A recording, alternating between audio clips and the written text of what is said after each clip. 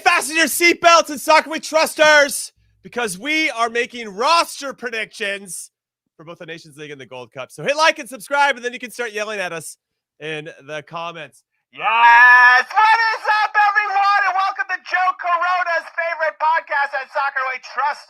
I'm Jimmy Trashcan Cream Cheese, Conrad, also known as Jim, alongside Johnny Bornstein, stunt double, Hollywood Heath Pearce, and not everyone's favorite landlord, Charlie Chuckwagon Morning Footy Davies, because thankfully Charlie is still cancer-free. He had some cancer issues back in the day, and he got scanned, he got checked, Heath, and all is good. So he had some very important things to take care of today. We're very proud of him that he is still Chuck, on the cancer-free path. So yes, Chuck. Positive vibes. I think we should take credit for it, Heath. I feel like the positive vibes of this podcast and of our community is just infiltrating the positivity in his body to make sure he remains cancer-free. We absolutely love it. That said, Chuck is not going to be free from giving us his roster. So we have his roster to break down, and since he's not here, we can totally make fun of him, and I'm looking forward to that. But we are making roster predictions for the Nations League and the Gold Cup. We're talking the U20 World Cup. We're talking the US Open Cup, which is now down to 8 after a couple cup sets this week, Heath. And we're talking about a few must-see games to watch this weekend. So we're happy that we're hanging with you and you're hanging with us today. And are you ready for this, Heath? I feel like we got a pretty lively show going on. We do. We got a lot to cover, but I'm pretty excited about it. We got I'm excited. It was actually we'll get into it actually, so I'll leave it here. Yeah, I'm excited. Let's go. Okay, cool. We'll leave it at excited from Heath Pearce, everyone. So we'll start here. We're going to go with Matt Crocker, the new sporting director for U.S. Soccer, confirms that Anthony Hudson will be the coach of the U.S. men's national team through the Gold Cup. All right, so we've now changed the show to In Soccer We Trust to In Crocker We Trust. You guys like that? I like that. Of course I like that. You did. In Crocker We Trust. I have it written behind me as well. So this is what Matt Crocker had to say. We intend to be thoughtful and thorough in our evaluation and our selection. The plan is to conduct a series of interviews in June and narrow down the list of candidates from there. He's talking about the coaching position. We will engage the finalists in another evaluation activity, and our aim is to have our new coach in place by the end of the summer, although it is possible that club circumstances could impact the timeline. Hot diggity dog. Interesting. But in Crocker we trust, okay? And then some other news. FIFA approves Timothy Tillman's change of association request, so he's now available to represent the U.S. I think that will impact our roster selections here, Heath. And that's pretty much all I got for the news. We're going to go Nations League first. Okay, that's what's first on the calendar, Nations League roster. I'm going to turn it over to you now, Heath. I want to know. Also, I should mention what wasn't in this quote is that Anthony Hudson has said previously, and I think he confirmed recently, that they're going to be two different rosters. So the Nations League roster is going to be kind of like last time around, going to be heavy, probably on the European-based guys. And the Gold Cup's going to be a mix and match, I think, of some European-based guys and some domestic players.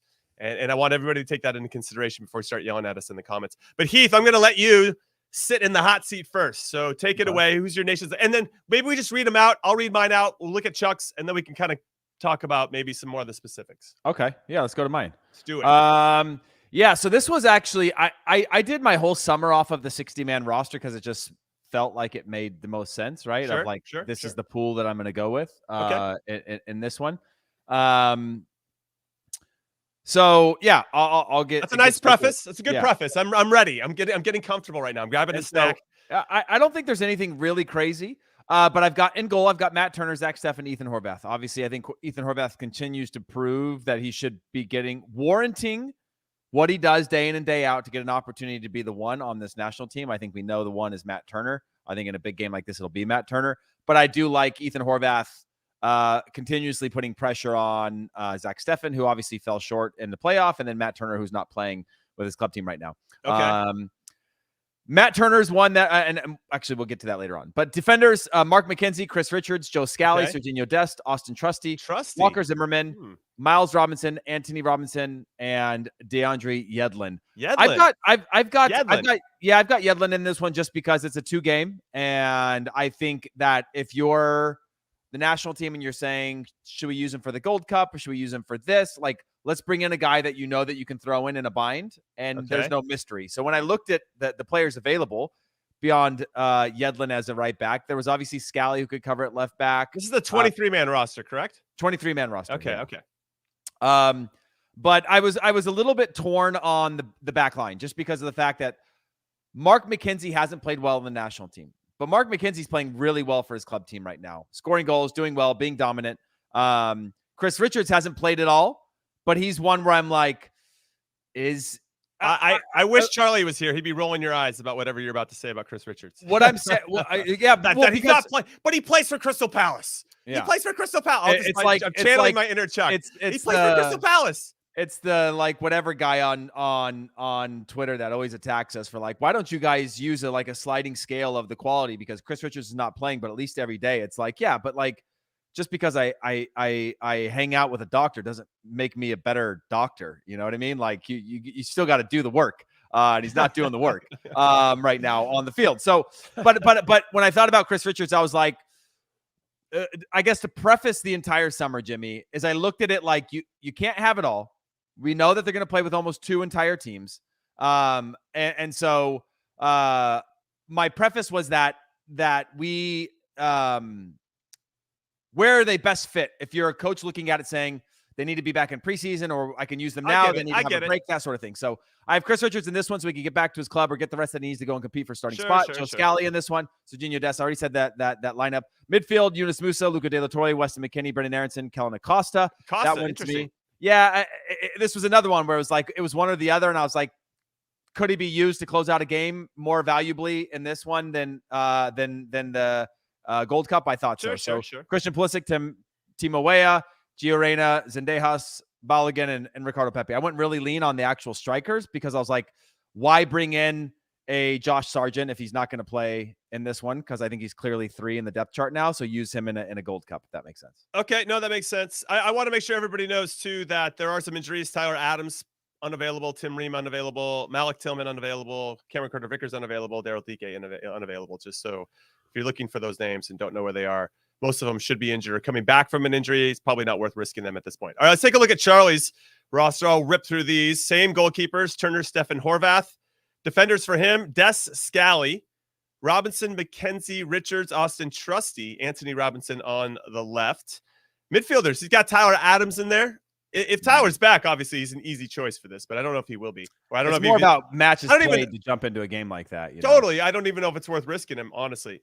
Yunus Musa, De La Torre, McKinney, Brendan Aronson, Timothy Tillman. He gets into Chuck's Nations League squad. Up top or up in the front 3, Pulisic, Weah, Reyna, Zendejas, Taylor Booth, Balogun, and Ricardo Pepi. I will say very quickly, because I don't have Taylor Booth in my Nations League, but I have him in my Gold Cup roster. I don't think we're going to see valuable minutes for Booth in either one of these games. I'd rather see him over a longer period of time, and we'll get into that because I think the Gold Cup ends up being extremely valuable in that way. Now let's take a look at my Nations League roster. Agree with all of you on the goalkeepers. Here's my one difference. I got John Brooks. I was surprised he was in the 60-man roster. Dude, I put him in and I took him out of both of them, just thinking if you bring him in, what's his role? If you take him out, what's his role in the next tournament? I ended up removing him in the end from the Gold Cup, but keep going. I have him. So I don't have Walker Zimmerman in. I think he'll be part of the Gold Cup. I have Anthony Robinson, Miles Robinson, Chris Richards, Serginho Dest, and Joe Scally, John Brooks, and Mark McKenzie. I got Brooks in. I was surprised to see him in the 60-man roster. Mm-hmm. And I thought, okay, I don't know if you need him for a whole month. And I think this is going to play into a lot of the Gold Cup decisions. But over a week or 10 days, let's bring him back into the team. He started to pick up his game, gotten a lot sharper, playing for Hoffenheim under Pellegrino Matarazzo. And looks like they're going to stay up.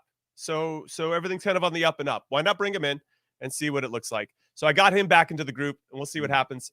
That actually happens. Yeah, Musa, McKinney, De La Torre, Kellen Acosta. I got Cardoso in, and the reason I bring him in because he was part of the last Nations League roster. But he was a late call up, right? He was. He was. But there are other players that I maybe would have considered, but I think they'll be part of the Gold Cup, or I hope that they are. And then up top, I got Balogun, Pepi. I got Sargent in, Pulisic, Aronson, Weah, Reyna, and Zendejas. So just a couple different wrinkles, but Brooks probably my biggest exclamation point in some capacity. Okay. So I'm looking forward to reading some comments about this. Yeah. So I think when I look across all three, the main standouts are obviously we've all got Chris Richards, which to me is interesting because I mean, obviously we have our own starting 11 predictions as we get closer to the game. We get more news about the team, but the goalkeeper is interesting for me. start if we want to start there. But go ahead. Yeah. Okay, start with goalkeeper. Like this one to me was like more of I was thinking through the lens of like who needs both tournaments, and out of the three of those, I was like, well, it's not Matt Turner. He needs to get a move, right, or a loan. He's not getting a move. It's Zach Steffen needs the move. So can we get him consistent games through the summer to get the move that he needs?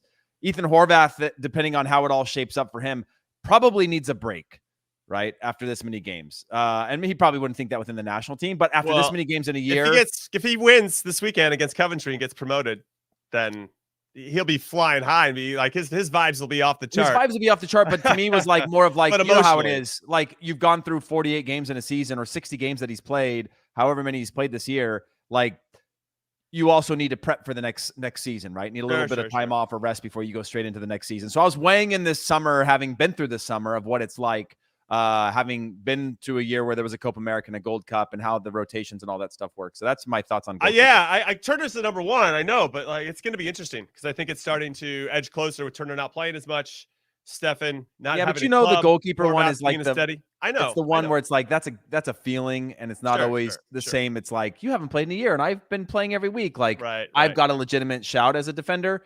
A goalkeeper, you know, sometimes there's just a little bit of that, like no one's pushed him out, you know. Well, it's kind of, I'm curious. It's kind of similar to Scally versus Dest, right? Are you going to start Dest or are you going to start Scally, who's been playing more regularly? I don't know. That'll be interesting to see what happens on the right side. I haven't played a ton either. Anthony, right, you got Chris Richards. You know, do you go with a Trusty or Miles Robinson or Zimmerman, or do you think Brooks will get the start? Yeah, that'll be really interesting. I don't know if you bring Brooks in. Do you roll him out against Mexico? Like, is that you going to throw him right back into it after so far? I don't know. There's a lot of questions around it, but I kind of just thought. I was really surprised to see him in the 60-man roster. So here we are. Yeah. And maybe that was your acknowledgement of, hey, we notice you, and that we're giving you that. But I don't know. It seemed more likely to me it seemed more likely to me to bring him in back into the national team fold for a Gold Cup, a tournament where he can show that leadership over multiple games than the big games. I could see that. We've seen him actually struggle in some games with the national team. In the way that we play, we see him dominate in certain situations in the Bundesliga in the way that he's been playing recently.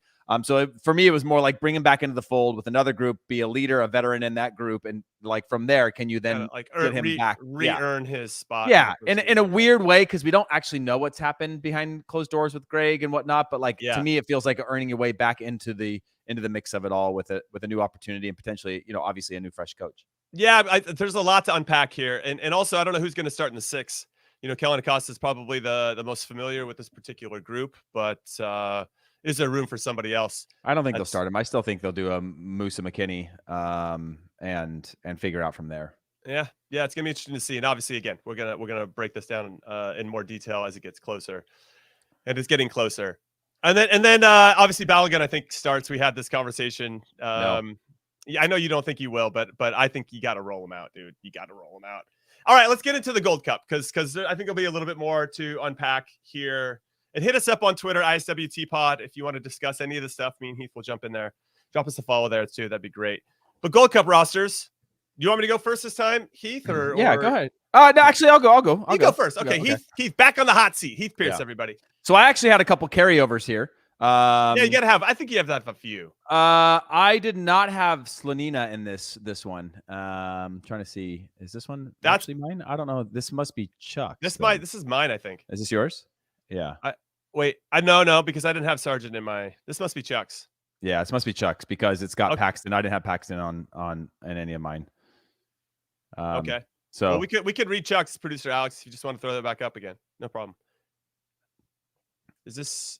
Yeah, so this was Chuck's. Yeah. Okay, so this has some differences. Paxton's higher up on the list, so I'm not sure where it came from. But this is Chuck's. We'll call this Chuck's. Okay. Gaga Slonina, Sean Johnson, Drake Callender. Yeah. I'm in on that for goalkeepers. No problem. Yeah. We got Paul Areola as a defender, so Chuck's already drunk with this one. Got Yedlin, Areola, Zimmerman, Palmer Brown, Tolkien, Brian Reynolds, Jalen Neal, Matt Miazga, Juwan Jones. Yeah. He's got Pomikal, Aiden Morris, Tanner Tessman, Ledesma. I like those. Tyler Boyd. I don't know if the Galaxy's going to let him go. Georgi Mihailovic, Kellen Acosta. And then up top, Ferreira, Vasquez, J-Mo Smoot, Jordan Morris, and Josh Sargent. So, yeah, I think I have all three of those goalkeepers. But yeah, it's gonna be interesting to see. Yeah. I mean, says this will really trigger Chuck if we rip him for a roster that isn't even his. Well, I do feel I know exactly. I do feel a little bit guilty when Chuck's not here as a member of our show. That sometimes we kind of like spend an hour talking about him, but that's just the reality of not. It's the reality. He's got to show up. He's got to show up. Yeah. So, do we want to get to? Well, maybe I do mine, and then yours, you can just say where. Okay, so I got Slanina, Sean Johnson, Drake Callender. I have Trusty in this one, as opposed to the Nations League, and I think I want to see him over a longer period of time. And I use Trusty. It's this particular version. He could be Miles Robinson. Miles Robinson really emerged the last Gold Cup, right? He came in. It was kind of him and Sands, and he just was steadier, was doing more of it. Obviously scored the winner in the final against Mexico. Always cool to score against Mexico. And I think Austin Trusty can be that version. Like, okay, you're doing it for your club team. Now let's see what it looks like over a good stretch of time. So I like that. Miles Robinson, I think, will be in. Zimmerman, I think you want to have some experience in the spine of your team. You got John Tolkien. I like Brian Reynolds. Also, Jalen Neal. I don't think the Galaxy are going to let him go, but I put him in there anyway. And then Jonathan Gomez obviously scored a banger against Ecuador in the U20 World Cup. I think we will see some U20s pop into the team. We could see a Caleb Wiley. You might get a Marlon Fossey as well that gets to pop in. So we'll have to wait and see. And then midfielders, this is a good one for Tim Tillman to get in. I think I like Aiden Morris holding it down. Tanner Tessman's been solid in Serie B with Venezia. Cardoso is another one that could potentially be in this one. I like Ledesma, Mihalovic, Paxton Aronson. I could see him squirting his way into this one, assuming Eintracht lets him go. And then I got Ferreira, Vasquez, Kate Cowell, J-Mo, Smooth, Taylor Booth, and Haji Wright. Though I could see potentially a PFOC, maybe not. I don't know. Maybe you go with another attacking option from the U20 World Cup that ended up doing well.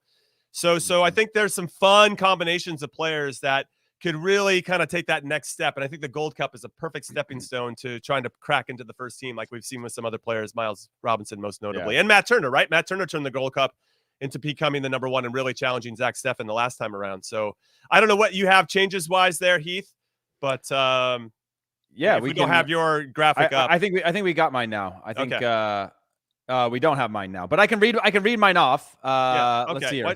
I have Zach Steffen, Sean Johnson, and Drake Callender in goal. I've got Zach Steffen because I'm like, he's not going back on loan, but he does need a permanent move. You think Steffen gets the full month, huh? So for me, it was a full month of like, okay, you're not going to start these first couple games because I did Confederations Cup and then went into the Gold Cup. Confederations Cup was part of the 23, but didn't play. Went straight into the Gold Cup, played every game. For me, that was like I was bordering in that sort of 23, but there was still more for me out there than just sort of the summer off, right? So I went into that. I think Zach Steffen, this could be one where he gets some starts in goal for the national team. And ultimately, this helps make a move. I'm thinking through this holistic lens versus just like, who do we play? I've got DeAndre Yedlin, Brian Reynolds, Paul Areola. That's not mine. I don't think I put him in there anyway. I don't know where that came from. Maybe it's a little mixed up. No, this is wrong.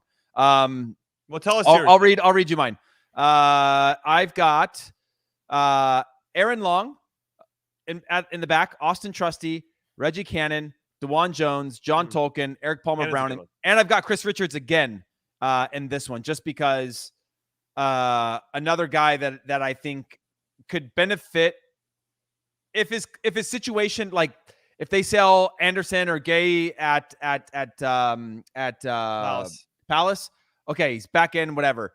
If not, I think this could be a good opportunity for him to get a good string of games versus being just an A-team guy that's not really knocking on the door because he doesn't play. This could be one where I want him. So he was one that I carried over as well. And then, Eric Palmer-Brown, Tolkien as my...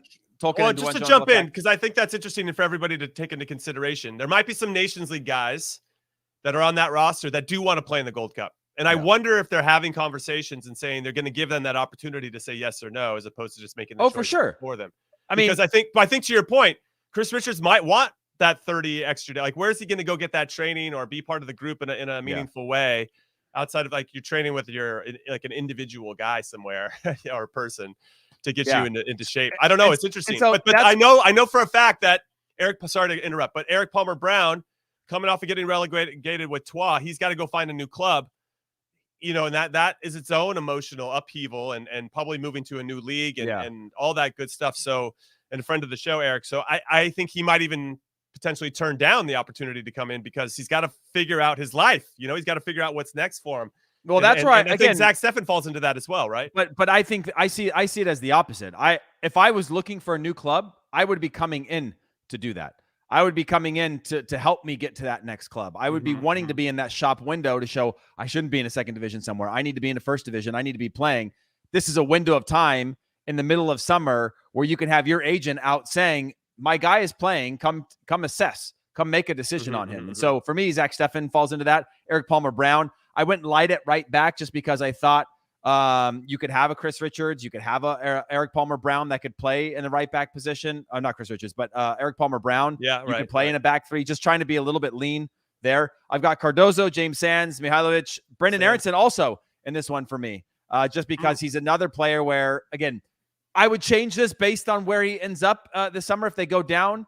But if they go down, I think I have him in this. Don't they start a little earlier if they're in the championship? I don't know. Yeah, but to me, it's more of like, should he stay? This is an opportunity to get his consistent minutes. I just like the idea of keeping him in the national team for the summer because he's got the legs, he's got the motor. He has the ability, and we want to. I think this could really help his confidence. So I've got him in there.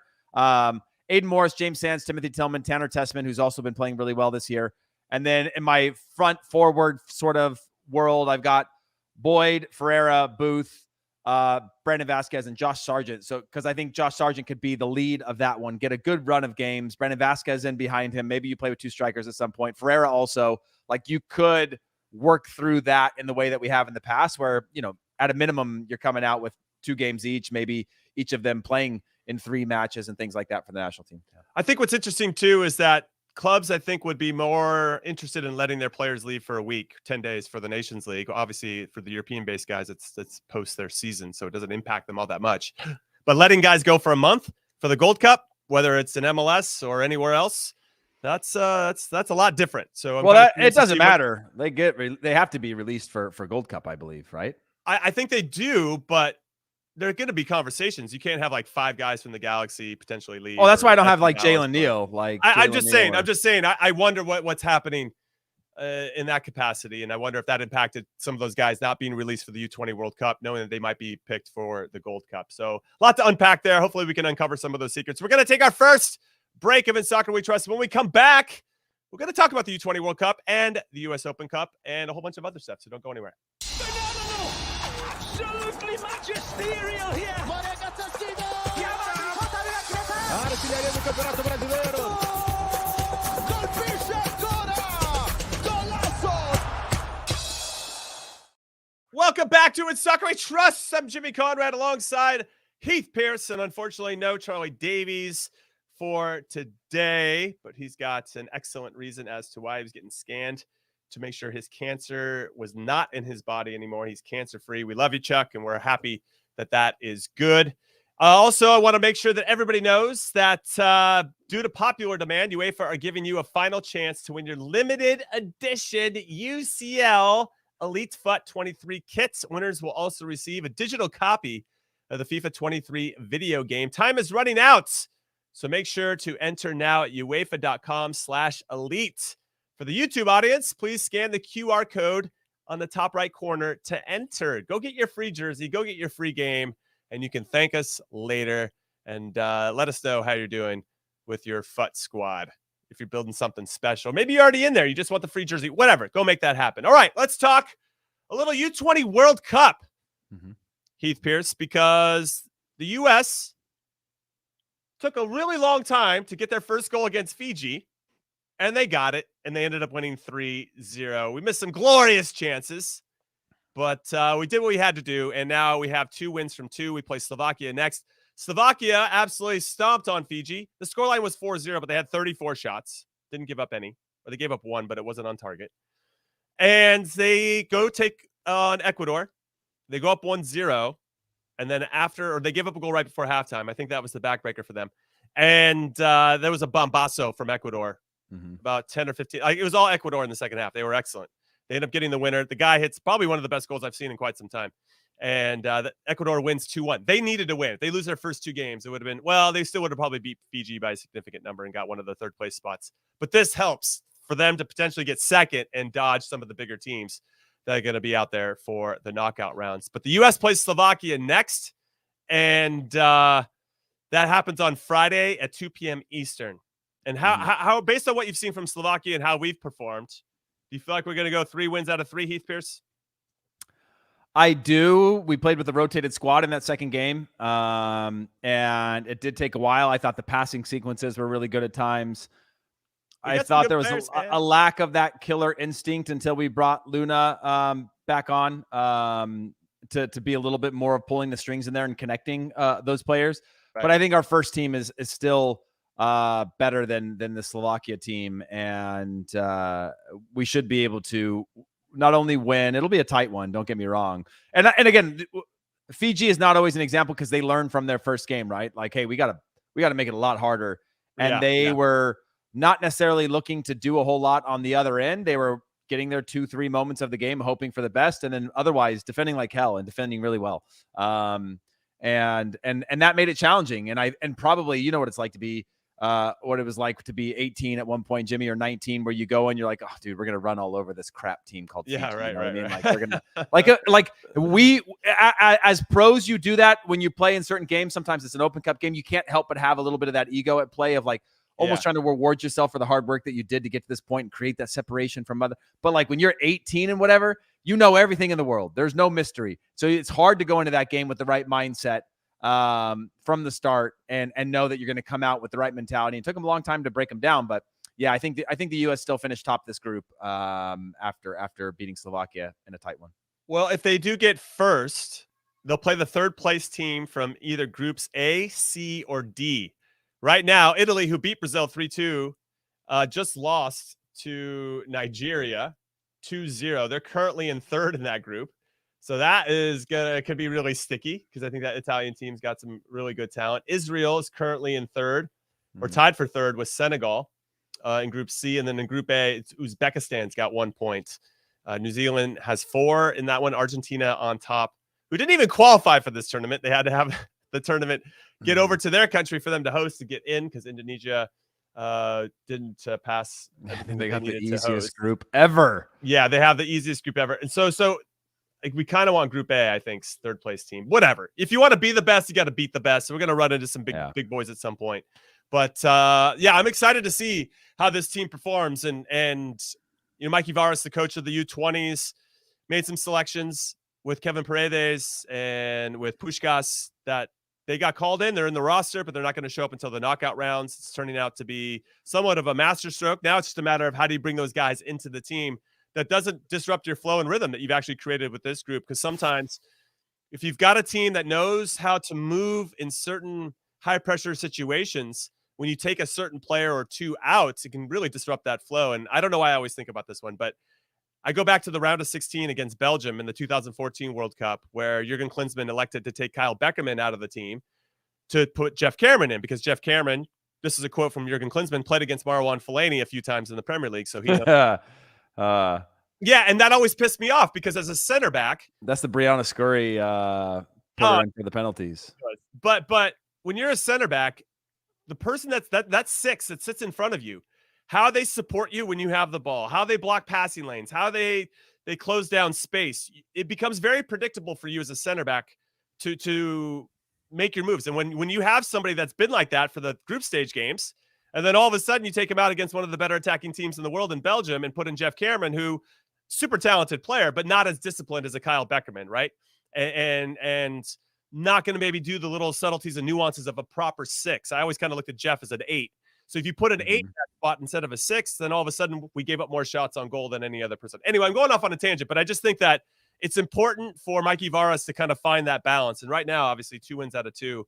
And I'm curious, because I think Slovakia will be pretty tough, and they're going to be trying to vie to get that second spot or even the top spot if they can beat us by a significant number. So that should be a great game. Again, that's Friday at 2 p.m. Eastern. All eyes on that one for sure. All right, let's turn it over to another cup competition. This is the U.S. Open Cup. Heath Pearce, LAFC, decided to roll out the kids, and they getting beat by the Galaxy 3-1. So the Galaxy move on. There's other couple of cup sets. We had the Pittsburgh Riverhounds taking on and beating the Columbus Crew. I actually thought good for them. Team was very, very good in that particular game. Mm-hmm. And they'll be traveling to FC Cincinnati or are they hosting that one? I don't even know. I'll take a look at that in a second. But Birmingham, I know for sure, is hosting Inter Miami. They got past Charlotte 1-0. Charlotte, in fairness, were excellent in that first half. They hit the crossbar. They hit the post. They were all over Birmingham. They had a ton of possession. They just couldn't turn it into any goals, obviously. And then they got a red card a couple minutes or 5-6 minutes after, or a double yellow after halftime. And then Birmingham just relaxed and started to play and scored a good goal themselves to win 1-0. Inter Miami got past Nashville. I was a bit surprised there. Chicago Fire went into Austin and won 2-0. The Dynamo absolutely stomping on Minnesota United. Corey Beard had, 3 or 4 goals in that one at Salt Lake. Beat Colorado twice in the last week in Colorado, 1-0. And as I mentioned, the Galaxy beat LAFC 3-1. Any big surprises for you? Are you disappointed? Oh, man. I mean, big guys. Yeah, only because of the fact that I was tricked a little bit by their already squad rotation for the weekend. But then actually, after having put out my predictions, talked to a few people at the club, and they're all in on Champions League. That's it. That's all they care about. 2 legs of Champions League. That's the number one thing right now, putting out the best squad. They weren't going to risk a single player for this one over the Champions League. It now changes like my thoughts. Like I do think the LA Galaxy are sounds weird saying I said 3-1 in that game. Sorry, it was Galaxy 2-0. Ricky Pooch scored a good goal. Yeah. That was when what's his name called him a clown for celebrating for 32. But now I think for me it's LA Galaxy are the sort of dark horse in this tournament to me. Houston I still want to stand with. I still think Cincinnati have the ability to go for that run. But the rest of my bracket's screwed. And I love being wrong in the Open Cup. I love when lower division teams kind of go at it because I've lost. Were you the one that picked Birmingham? I think it was Chuck. Chuck picked Birmingham. Chuck. Yeah. That's a good shout just because of Jay Heaps and Tommy Sohn obviously being a 5. Well, that's why Chuck picked him. He didn't do anything other than the fact that he's friends with those guys and wants to give it to them, you know? Like, and he did it right. Like they know how to navigate it. He was right. He was right. I mean, I went with my friends. I went with Josh Wolf in Austin, and I went with Robin Fraser in Colorado. And those worked against me. Not to say that Pablo Mastroianni isn't my friend, but I just thought I was pulling for Rob. Colorado Rapids have not won at home yet this season in all competitions. Isn't that batshit crazy? That's crazy, dude. Mm-hmm. So yeah, it's interesting. I think the Galaxy rolled out a very, very good team. LAFC did not. We just saw a photo there of Ricky Pooch taking off his jersey like Messi did when he scored in El Clasico. And for those that don't know, Giorgio Chiellini, the Italian center back that plays for LAFC, called Ricky Pooch a clown when he was walking by in the mixed zone, because why would Ricky Pooch take his jersey off and do the Messi celebration when he's playing against basically the second or third team from LAFC? It's pretty. Jimmy, I'm just saying. Listen, it adds to the rivalry. Honestly, honestly, you added a chapter here. For me, you represent LAFC. LAFC have every choice of who they want to play. Greg Vanny complained about the fixture because they're playing on a Tuesday after a Saturday. It's a really quick turnaround. He rolled out his best team. This means a lot for them right now in the season because the team has been bad, right? Mm-hmm. If you play against LAFC and they put out that team disrespectfully to you, you 100% celebrate. Now, celebrating in front of the 3252, that's like at your own risk, right? Like you want to go taunt those fans, you go ahead. It's the same way you get the hand over the ear in big stadiums, away crowds. Jordan Morris, when he did the 1, 2, 3, 4 in Kansas City, like you run the risk when you go in front and you taunt fans. My honestly, to me though, like the people saying doing it against our kids, that is not about kids versus adults. That is about 2 clubs that don't like each other. And if you're LA Galaxy and you get one up, or if you're LA Galaxy, you think, oh, these guys don't want to take us serious. And there's schedule congestion and all that stuff.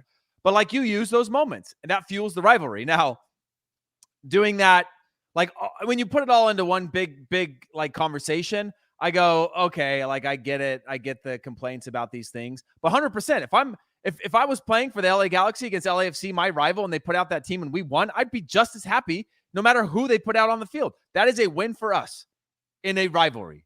And that is really important. I get it, but that celebration seemed a bit extreme. Listen, I love it because I to your point. By the way, Pooch has not been good this year. By the way, he has so many talented things about him. He's one of the best midfielders in the league when he's good. But man, I've seen a lot of his passes go astray in some of the games that I had. So, I mean, it could be just a validating moment for him. I wonder what Ricky Pooch would do if he was with a team that was just better. Like, how would he look? I mean, he kind of just picked the wrong team. I always wondered that about me, Jimmy. I wondered that about me most of my career, and then but I didn't get paid. I didn't get paid what he got paid to be the one that makes the team better. I get it. All right, so it was Barcelona. He was there. That's true. So the quarterfinals are set. June 6th, Tuesday, is when these games are going to be kicking off. Real Salt Lake is going to host the Galaxy. FC Cincinnati will host the Pittsburgh Riverhounds. Congrats to them. Holding the USL Championship flag nice and high and proud there. Birmingham Legion will be hosting Inter Miami. I think they could take that scalp there. I still had Cincinnati winning it, so I got my horse in there. And the Chicago Fire are going to host the Houston Dynamo. And I think I had Dynamo and Cincinnati in my final. You did. So I think you're still Cincinnati winning. You had, did you have the Galaxy over LAFC? I think you did. No. I think Maybe I think Chuck did. Yeah, I had LAFC because I had again thought that I thought that they had Chuck had LAF. No, I thought Chuck. One of you guys had LAFC going to the final. Yeah, that was me. Yeah. I totally regret that now. Listen, I'm just focused on the winner. I had Cincinnati winning, and I'm just focusing on that. And they had to get into penalties to beat the New York Red Bulls in New York, but they ended up doing the job. And I think they're going to take it pretty serious. I think all these teams will take it very serious, obviously, moving forward. As we know, some clubs wait till the very end before they start to roll out their very best teams. But of those 8, they should be punished. Teams that come out in USL, they should be punished. So of all these quarterfinalists, I mean, who do you like the best? I mean, I know you have your bracket, but given what you saw last night and kind of given the current form, I wouldn't sleep on Salt Lake at this point. I think, to your point, Galaxy are going to be taking this very seriously because it's really their only opportunity to win something of consequence. I think that maybe one of these USL Championship teams will get through to the semis. I think Birmingham or Pittsburgh. I'm hoping it's not Pittsburgh because I have Cincinnati. That one being in Cincinnati, I think that gives them an edge. But I could see Birmingham doing the job against Inter Miami at home. And then Chicago, Houston Dynamo, dude. I don't know, man. I don't know. I don't know which version of Chicago is going to show up. But if it's the one that played like they did against Austin last night, they got. Where's that game at? Do we know? It's in Chicago. It's on Chicago. Okay, so that changes the dynamic for Houston for sure. Who've been fantastic at home, but Houston are really good defensively. Look at Ben Olsen flipping those guys around. Yeah, I mean, I chatted with him a little bit when I was out in Houston a couple weeks ago, and he was still sort of like, we're working, we got to work through this. There's still a lot to figure out, some unpredictability, but defensively, they're really good. They're fun in possession when they have their best team on the field. I wouldn't bet against them because they're the kind of team that has enough form to be dangerous in the Open Cup, that's where I look at Real Salt Lake too, is like at a minimum, no matter who they're going to put out, Mastroeni has them with a mentality of like, at a minimum, fight. So what's interesting is you got 3 games. You got 3 wins to book your ticket to obviously win a trophy and to win some bonus money, but also to get your ticket into the CONCACAF Champions League in 2024. So 3 wins. Now you can the only other way you can do it is by being awesome in the league, and that's a grind for the next 7 or 8 months. So you got 3 games to get there, and I'm curious to see which team will end up surviving at the very end. All right, we're going to take our second and last break of In Soccer We Trust. When we come back, we're going to preview some of the biggest games from around the world for our men's national team player pool. So do not go anywhere. In 3, 2, 1. How you doing? Run, Forrest! Run, Bernie. So fetch. Yay! Life moves pretty fast. If you don't stop and look around once in a while, you could miss it.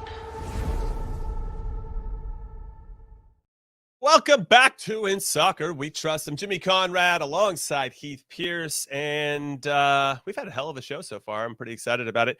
But now let's do some looking ahead. I feel like we've been looking back, Heath, or I guess we've been doing our prognostications for the upcoming roster. So that's definitely looking ahead.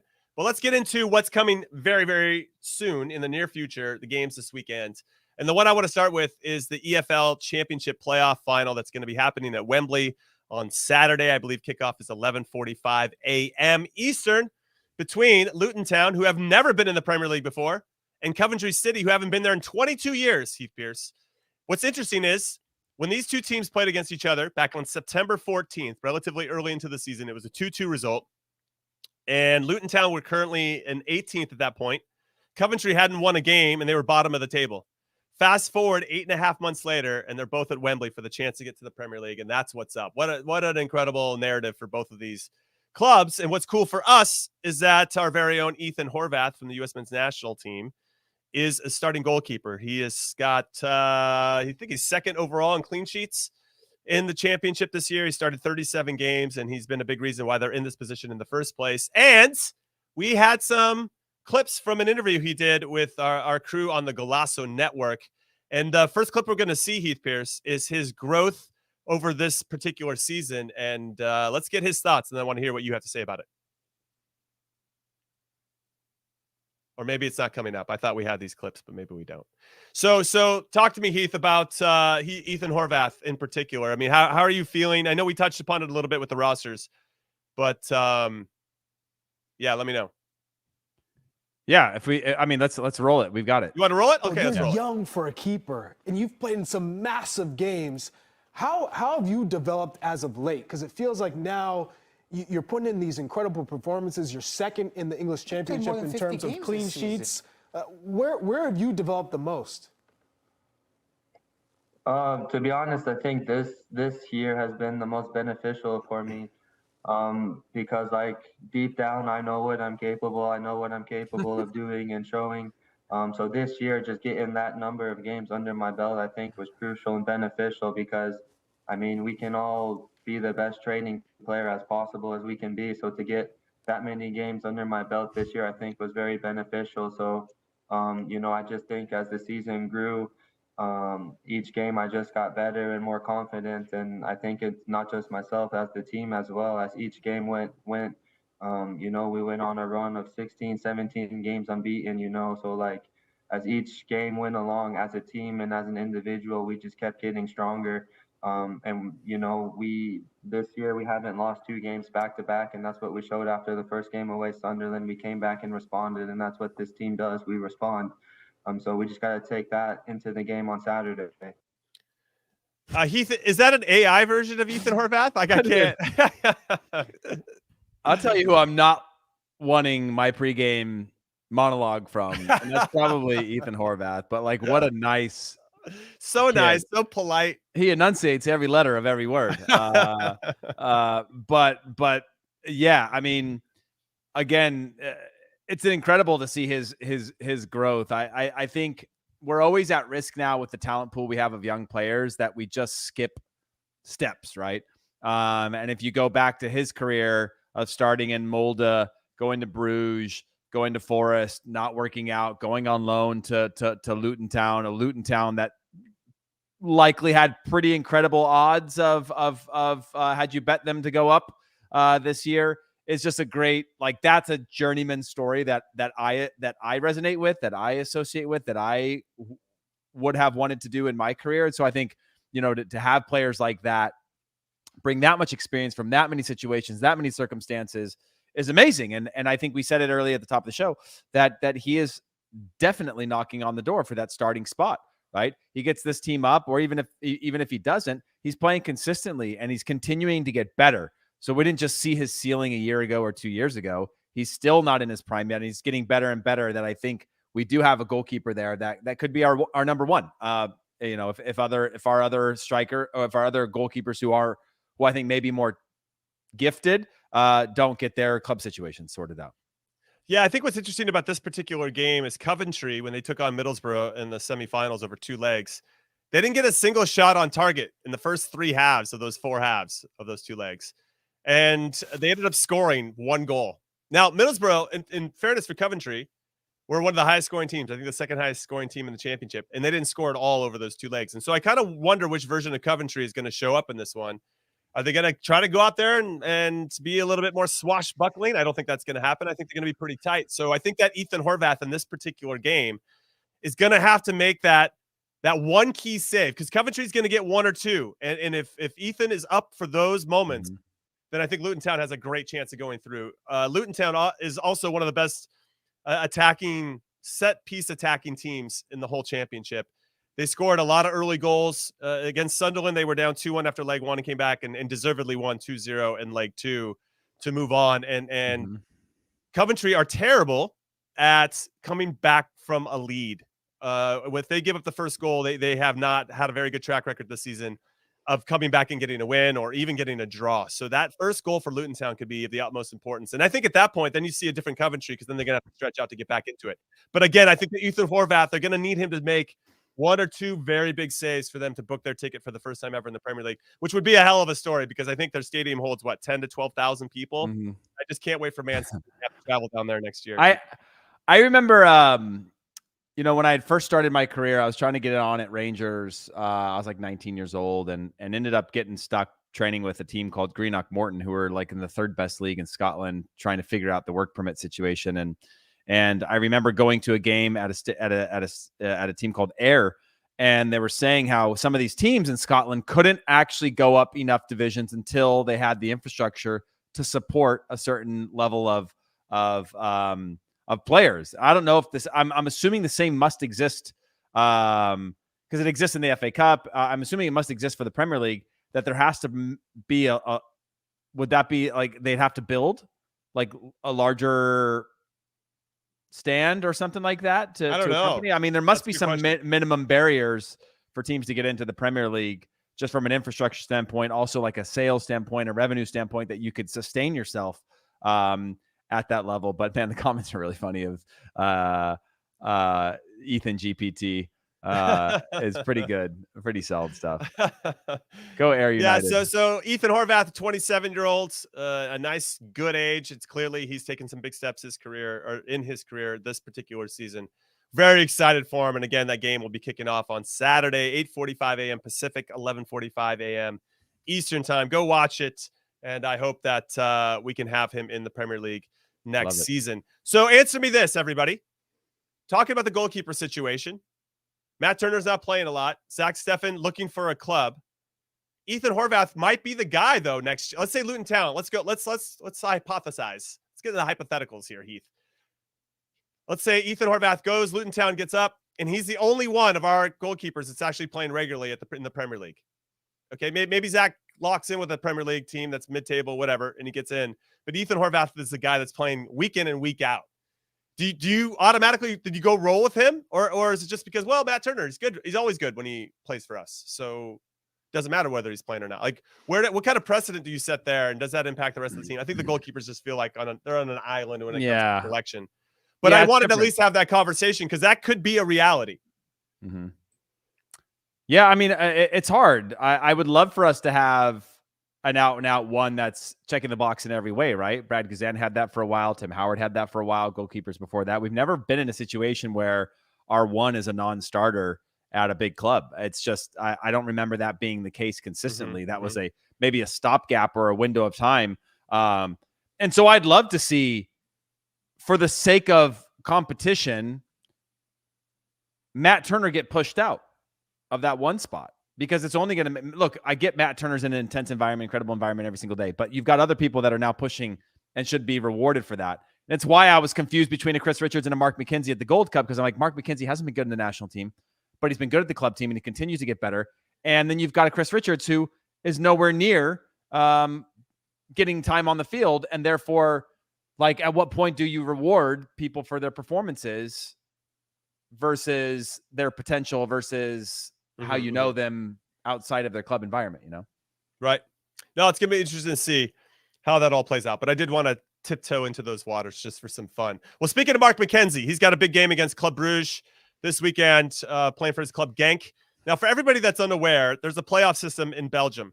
And when you win the regular season, you don't, what do they get, a supporter shield trophy? I don't know what they get, but they might get some kind of, they get the number one seed, I suppose. Mm-hmm. But they go, the top 4 teams go into a separate playoff, and the top 4 teams play everybody twice, home and away. And then the winner of that is actually the champion. Is that correct, Heath Pearce? Yeah, but you start with the same point gap as you did going into it. So you would stay with the same amount of points. Like, for example, 2 2 years ago when Mark first got there, they went into the playoff behind. They ended up tying on points with the team who finished the regular season in first. They tied on points. And I think it was because of an Anderlecht game. They ended up not winning the title. The team that came into the postseason in first place has to be beat in points. So if you go level with them in points, the team that goes in first place wins. So the benefit for Genk is they went into the postseason in first place. And if they were to be level on points after all these games, they would be the crown the champions, even though they're equal on points. But you go in with the same amount of points as you finish the season. So the problem with them this year is that they went in level on points without any real cushion after spending most of the season like 10 points clear of second place. Yeah, they finished on 75. Union got 75. Royal Antwerp on 72, and then Club Brugge with 59. So Club Brugge really doesn't have any chance. Now they're 4 games in, and Royal Antwerp have 9 points at the top, so they've closed that a little bit. Union's got 7. Genk's got 4.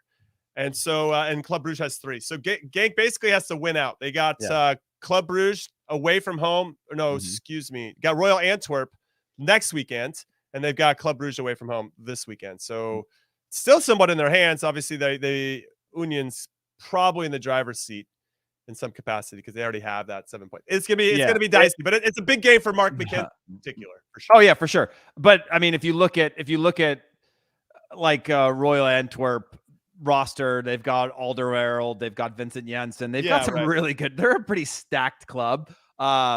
But Genk has the best like value of a young team in like top 5 in Europe in terms of like upside value for selling players, and so they've got talent as well. But they have to win out.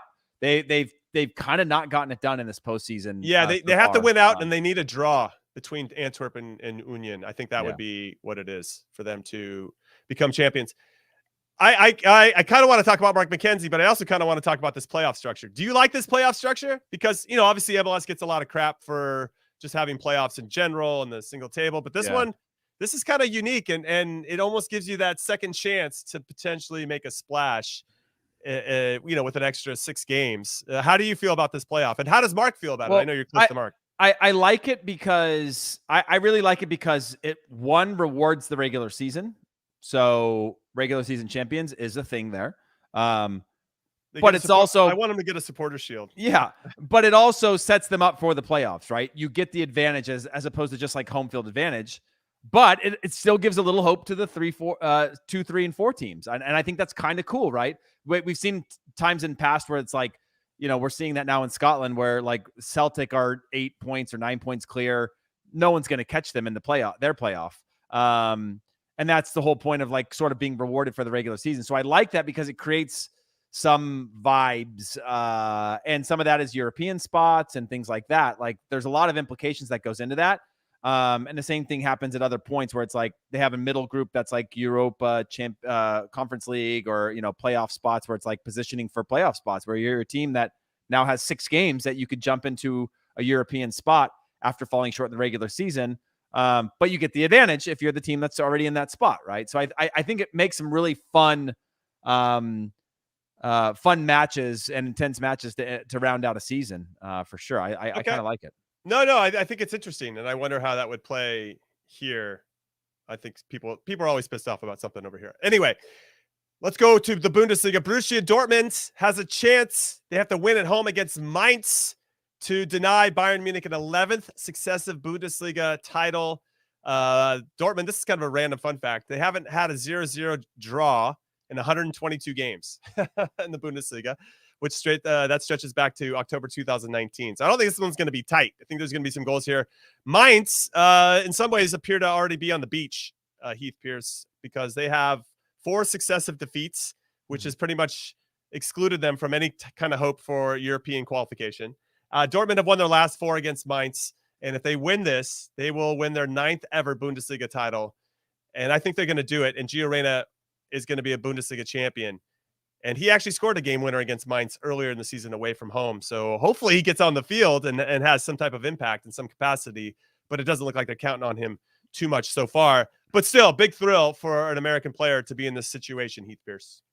Yeah, it'd be amazing. And by the way, shout out to Sam Vines. Won't play, but we'll get a trophy if his team ends up winning this year. Obviously, coming back from that, I think it was a leg break or something like that. Yeah, that he had in Belgium. Vines. But yeah, it would be great for him, and could be a nice little stamp for him, who's continued to get minutes, hasn't necessarily played the role that he or we hoped for this year, and has been through like more than probably any player in our U.S. player pool history in terms of like controversies that are both directly and indirectly involving him. So this would be a great thing for them to go and wrap this up. And kind of shocking that Bayern haven't found a way, like usual, to go, year after year after year. But I guess it is their once a decade time where they something goes wrong and they don't close it out. But it'd be amazing. I mean, Dortmund have been great. So it gives even more testament to the fact that like sometimes you don't change a winning squad, and they've continued to win. And sometimes that's the consequence of that is that one of your players that we love doesn't get to play as much as we would have hoped. Yeah, Dortmund's been excellent post winter break in Germany. They've just been so good and so consistent. And obviously Bayern haven't been playing up to their standards and made a coaching change to Thomas Tuchel that they probably regret at this point because it hasn't worked out. That's the last weekend for the Bundesliga, so that'll be exciting. Those games are on Saturday. On Sunday, though, last weekend of the Premier League, and obviously Leeds are in it, Heath. They're almost getting sucked down the drain into the Championship. They need to beat Tottenham at home to stay up, and they're going to need a little bit of help elsewhere to make that happen. But 22 of their 31 points so far have happened at Ellen Road, their home stadium. So I assume the fans are going to be way up for it. And Tottenham, I don't know which version of those guys are going to show up. All I do know is that Harry Kane will probably score. I don't know what the result's going to be. Tottenham's obviously had plenty of opportunities to make a push to get into Europe for next season. They continue to fall down the ladder, losing 3-1 at home to Brentford last week. They've only won one of their last 7 league matches. So it's going to be pretty interesting. Arne Slot, who just turned down the coach. Nobody really wants that job right now. So it's going to be really interesting to see if Leeds can take advantage of that with Big Sam Allardyce. And again, they're going to need a little bit of help. Big Sam does not look hopeful. No, he doesn't. Body language is like, no, oh, yeah. But what do you think? I think Leeds wins. I just don't know if they're going to get the help that they need to get over the finish line. And that would be heartbreaking to think that they did it on the last day, did what they needed to do, but then couldn't get that help somewhere else. Yeah. Yeah, I don't have a whole lot to say about that one. It's just a tough. I mean, I had Leeds going down. When we did our prediction a while back, I had them going down. I can't remember how many games they had, like 6 games left or something when I said it, and I had them getting like 11 points out of that, and they've gotten like 2. So they haven't really lived up to my expectation. Again, I was always going to lean that way just because it makes my stomach hurt thinking about our Americans who, 30 million, 20 million, like these guys ending up in the championship. Like it's not a great look for our quality. To have our fingerprints, and DNA over so much of this, even though, some of it towards the end's been without Tyler Adams, they still were struggling with him. He was just a good player on the team. Yeah. What's interesting is that only one of these 3 clubs, Leeds, obviously rich history, Leicester City, who won the title back in 2016, and Everton, only one of those 3 will be in the Premier League next season. 2 of those 3 are going to go down. Everton have never been relegated before. So that would be pretty interesting, and we're going to have to kind of wait and see what's going to happen. A defeat or a draw against Tottenham for Leeds will send them down for sure, and regardless of what Everton or Leicester do. And, man, it's just that talk about tense. That's what everybody has their radios, with their little headsets in, or they used to back in the day. It's going to be pretty wild, but kind of sad too, right? You got 3 clubs with so much history, and 2 of them are going to go down. But sometimes a step back helps you take 2 steps forward, and that's the cliche I'm going to use about the situation. I'm going to put, if I see Brendan Aronson this summer and it were to happen, God, I hope it doesn't happen. I'm going to put my hand on his shoulder and go, hey man, sometimes I'm going to quote my friend Jimmy here. It's 2 steps back to take 1 step back to take 2 steps forward. That's buddy. right. He's just got to focus on the positive. As his wage gets cut by 20%, and doesn't want to hear that right now. But man, I've been through it. Not very fun. All right. So we'll obviously be keeping our eyes. There's so many games, obviously some big ones domestically as well. But getting into the final thoughts, there's a question here. Who had the better cameo in Ted Lasso, Heath Pearce, me or Pep Guardiola? Now, keep in mind that Pep, he had lines. I just had facial reaction. I had the holy crap, what are you wearing facial reaction. And Pep got to say, a couple lines. So I think he wins by default because he got to speak.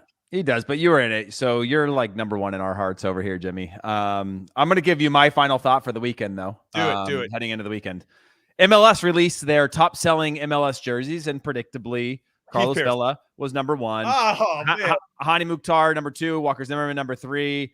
Zimmerman, three. Yeah, I think he's been. I think for a few years now he's been in the top list, as has Mukhtar. Chicharito 4, Jordan Morris 5, Joseph Martinez 6, Thiago Almada 7, Daniel Gazdag at 8, Andre Blake at 9, Ricky Puig at 10. This is the funny one for me though. We get to 11 and it's Benjamin Bender, and part of me from Charlotte FC. Part of me thinks that the American fan just wants the word Bender on the back of a jersey because it's funny.